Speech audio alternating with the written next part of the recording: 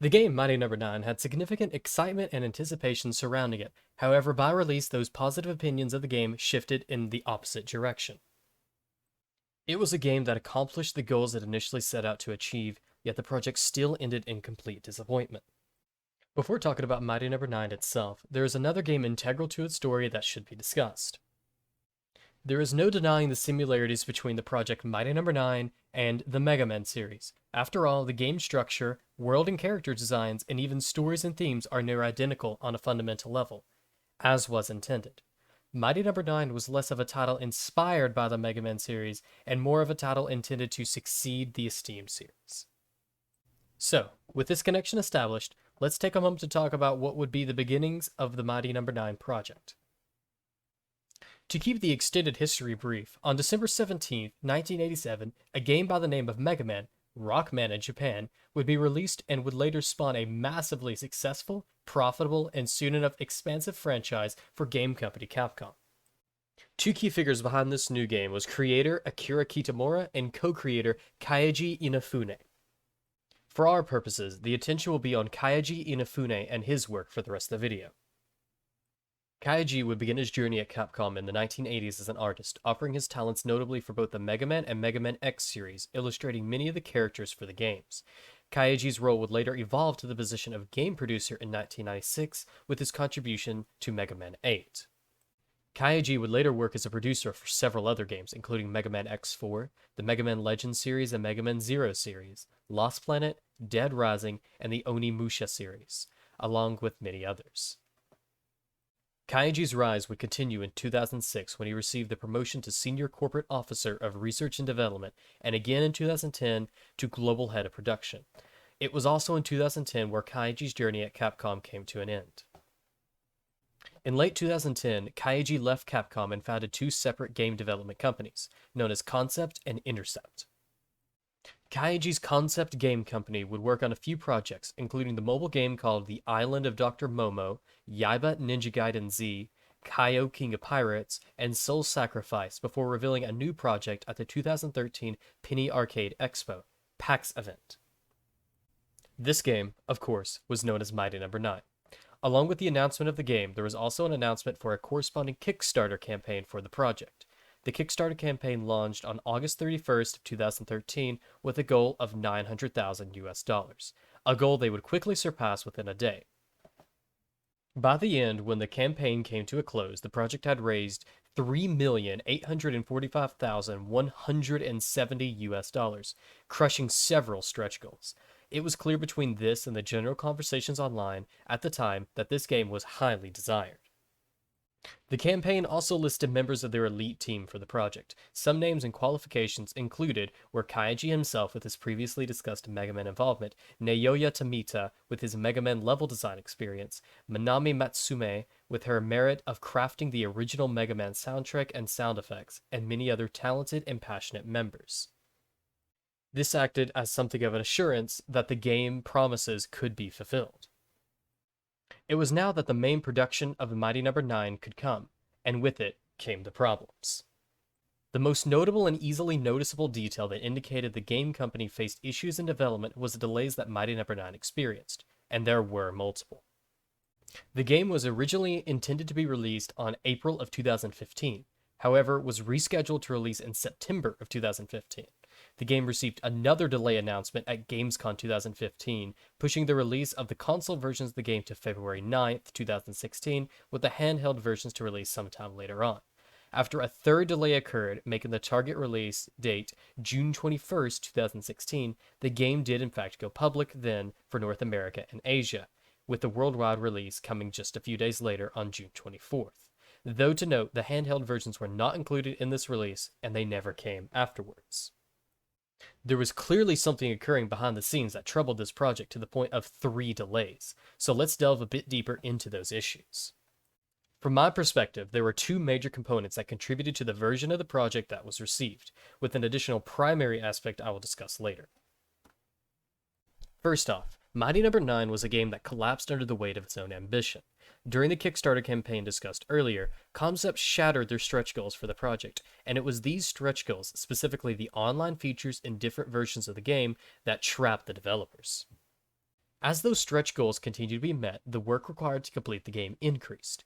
Two of the delays, for that matter, were directly cited to be caused by difficulties integrating the online features.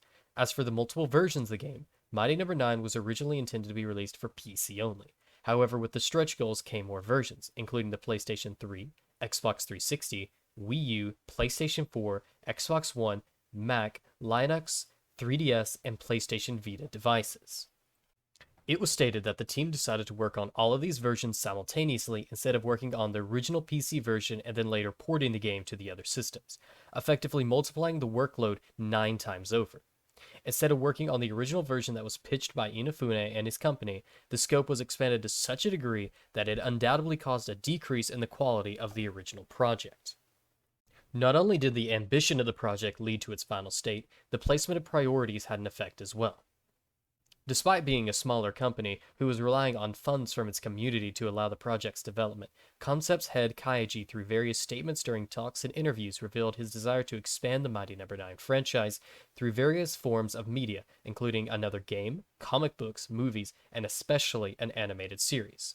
When confronted about using his fans' funds for the production of this animated series that was announced, Inafune made clear that no community funds were going towards the expanded media and that the company Digital Frontier was producing it independently.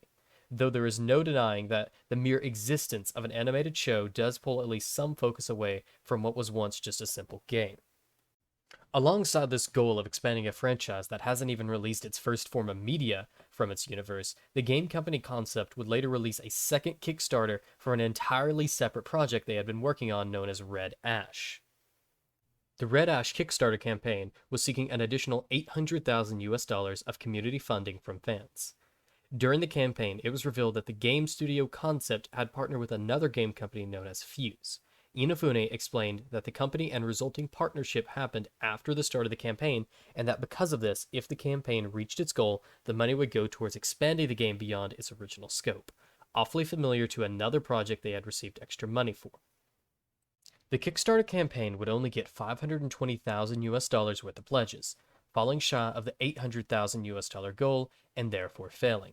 It is obvious that by pursuing the development of a second game, Concept was dividing their attention from the Mighty Number 9 project, meaning less overall work could be done to it at a given time. Once the final delay came and another was not announced and the game was released, it was met with some harsh criticism, with most of it revolving around how several aspects of the game design fails to hold up to the game design of the classic Mega Man games, a series Mighty Number 9 was intended to spiritually succeed. Some of these complaints specifically mention the failure of the game to explain its own mechanics in a natural way or even just in general, and the poor direction of the level design leading to many unreasonable deaths. Soon after the game's release, Inafune, during a stream designed to celebrate the game's release, did take some time to address some of the concerns and complaints of the fans. During this stream, Inafune told his viewers that any problems they had with the game, they had the right to blame him as the creator. It was justified. Along with that, Inafune took some time to talk about how Kickstarter funding works and that only a fraction of the money raised went to the company and as a result to the project, making clear that the funding total was smaller than many had made it out to be. Inafune also acknowledged his error in producing 10 separate versions of the game at the same time for the very reasons discussed earlier. Along with this, Kaiji also assured fans that he was concerned with the game's quality during its production and wasn't completely absorbed by the idea of expanding the franchise, though did follow by stating that with the given opportunity it would be beneficial for both the company and the consumer to do so. Kaiji ended his talk by telling how difficult it is to build a game both physically and mentally, and that in the end he just wanted to make a good game, and he does greatly appreciate any kind words he has received. For a personal opinion, I would like to say that prior to constructing this video, I took some of my own time to play through the game, and honestly, while playing through it, I genuinely had a fun time. I'm not claiming that this game is the greatest of all time, I'm not even suggesting it. That being said, it was at least, at minimum, worth the time I put into it, which does make it more credible than many other projects. There is definitely a game there, a decent one, and if you haven't played it, and you do enjoy games like Mega Man, or was just interested in it, I do recommend giving it a try. I feel that this game might have been judged a bit too harshly. It isn't perfect, but I do believe it is much better than the scores and reviews would indicate. I also want to give my respect to Kaiji for two of his actions in particular. For one, in his stream just after the release of his own game, he both acknowledges the flaws of his game and accepts responsibility for them. After spending so much time and effort on something like a game, it is easy to reject criticism or just shift the blame and mistakes to something else besides the creator.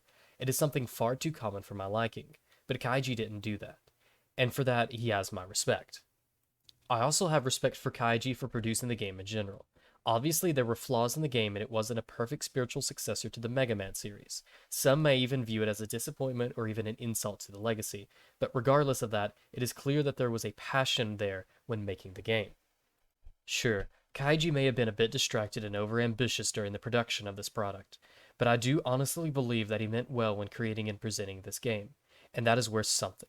I don't want to discredit the passion and love of a creator for their creations.